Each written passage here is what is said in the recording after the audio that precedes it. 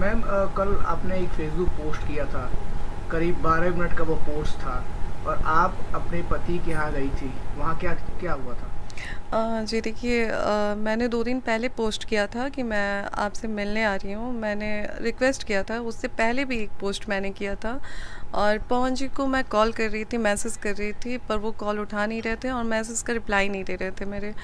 और उनकी अम्मा को भी मैंने कॉल किया, अम्मा के फ़ोन में मेरा नंबर ब्लैक लिस्ट में है, तो उनके पे कॉल नहीं लगा। फिर उनके भाई ऋतिक जी को भी मैंने कॉल किया, उन्होंने भी कॉल नहीं उठाया। फिर मैंने एक पोस्ट के ज़रिए उनको भेजा कि मैं आपसे मिलने आ रही हूँ, क्योंकि उससे पहले एक पोस्ट करके मैंने उनसे रिक्वेस्ट किया था मिलने के लिए, पर वो मिल नहीं रहे थे। तो फिर मैंने पोस्ट डाल के बोला कि मैं उनसे मिलने आ रही हूँ और मैं दूसरे दिन मिलने के लिए निकली भी।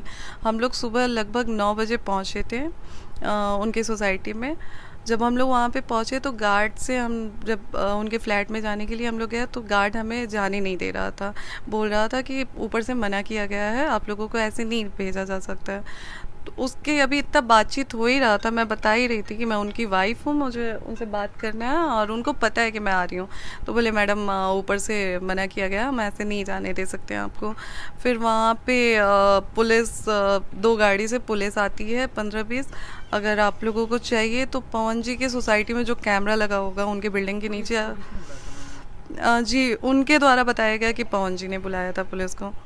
उसके बाद क्या उसके हुआ? बाद वो लोग बोले कि तुम बता के आई हो, तुम पूछ के आई हो। मैंने बोला मेरे पति हैं और मैं किससे बता के आऊँगी, अगर मुझे उनसे मिलना होगा तो मैं आऊँगी ना, मेरा हक है उनसे बात करना, मिलना। और फिर भी मैंने एक पोस्ट डाला था, मैंने उनको भी बोला। फिर वो लोग तमाम तरह का क्वेश्चन कर रहे थे, मुझे परेशान किया जा रहा था उनके द्वारा। उसके बाद फिर उनके भाई को मैंने कॉल किया, ऋतिक जी को, उनको पता चल गया था कि मैं वहाँ पे आई हूँ। तो उस दिन उन्होंने एक कॉल पे मेरा कॉल उठाया और फिर कॉल उठा के उन्होंने बोला कि मैं 10 मिनट में आता हूँ, तो आके आपको ले चलता हूँ। वो आए 10 मिनट बाद और फिर लेके मुझे ऊपर गए।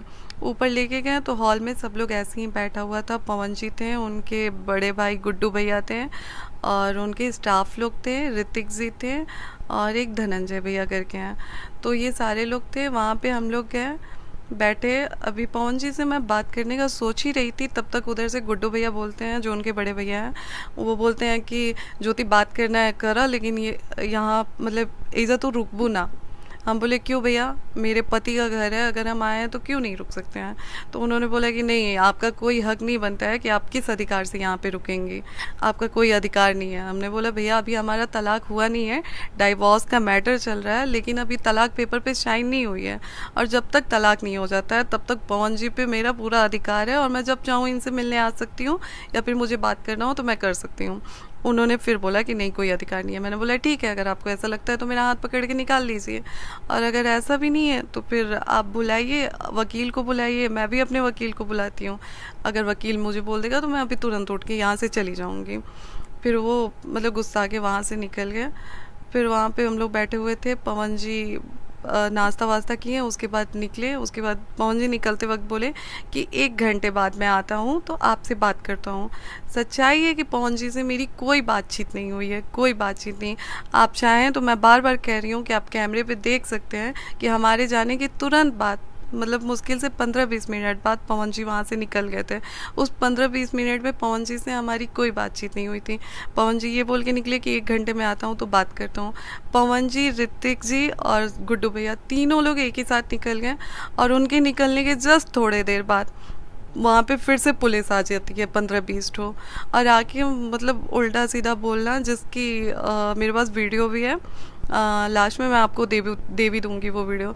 उसके बाद उन्होंने बोला कि आप थाने में आइए, आपके पति द्वारा अब हम लोगों को भेजा गया है, आप थाने में आइए, थाने में बैठ के बातचीत होगी।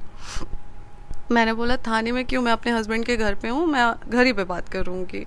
तो वो बोलते हैं नहीं ऐसे नहीं होता है, आप ऐसे नहीं जा सकती हैं, ऐसे वैसे ये वो। मैंने बोला देखिए हमारा पूरा राइट है आने का और हम आए हैं और हम घर पे ही बैठ के बात करेंगे, हम थाने में नहीं जाएंगे। तो उन्होंने बोला कि अगर आप ऐसे करेंगे तो हम एफआईआर कर देंगे आप पे। किसने बोला? वहाँ के एसएचओ थे, उनका नाम शायद अ, भूपेंद्र सिंह शायद नाम था, वो भूपेंद्र के उपेंद्र कुछ ऐसे ही नाम था। मेरे पास वीडियो है जिसमें उनका नाम मैंने पूछा, उन्होंने बताया। तो ये सारी चीज़ें हुई। उसके बाद फिर वो लोग चले गए, फिर थोड़े देर बाद आते हैं। ऐसे करते करते 3-4 बार आए वो लोग, 3-4 बार आए, 3-4 बार हमारी बातचीत हुई। चौथे बार में वो लोग अंदर आ गए जिस रूम में हम लोग मतलब थे। आप कहना चाहती है कि पुलिस के द्वारा आपको बेवजह परेशान किया जी गया? जी बिल्कुल। फिर वहाँ पे जब हम लोग दूसरे रूम में बैठे हुए थे तो रूम में आके वो लोग ऐसे बोलने लगे कि निकलिए निकलिए, घर में लॉक करना है, यहाँ पे ताला लॉक करना है, आप निकलिए, उनका आदेश है, आप मोहन जी का आदेश है कि आपको पुलिस थान कह रही है कि जी। निकलिए। हम बोले कि आप वारंट लेके आइए, आप हमको अरेस्ट करने आई हैं, किस बात के लिए अरेस्ट करने आई हैं, वारंट लेके आइए आप। ये सारी चीज़ें कल लाइव वीडियो में भी थी जो दिखाई गई थी।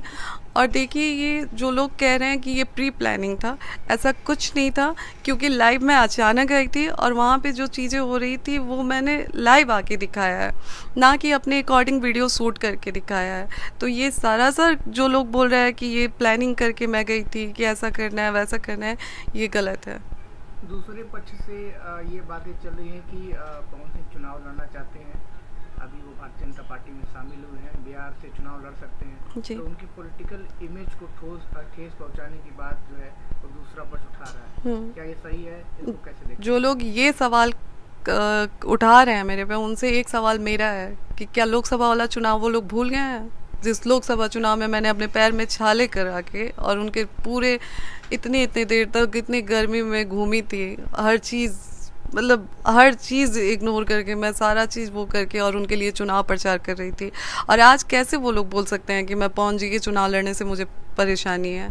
वो अपना चुनाव लड़ रहे हैं, अगर मुझे लड़ना होगा मैं अपना लड़ूंगी। मैं साल भर मेहनत की हूँ क्षेत्र में, तो वो मैं अपनी अलग तैयारी रखी हूँ, पवन जी की अलग तैयारी है। पवन जी के चुनाव लड़ने से मुझे क्या मतलब है? मैंने तो हमेशा से बोला है कि अगर पवन जी चुनाव लड़ते हैं तो मैं उनका साथ दूंगी, लेकिन एक पत्नी होने के नाते क्या मेरा इतना भी अधिकार नहीं बनता है कि मैं अगर पवन जी से बात करना चाहूँ तो वो बैठ के मुझसे बात कर लें? आखिर उनको किस चीज़ का डर है? वो क्यों नहीं बैठ के बात कर रहे हैं? अगर मैं गलत हूँ तो वो आके समाज में बोले विथ प्रूफ, जैसे मैं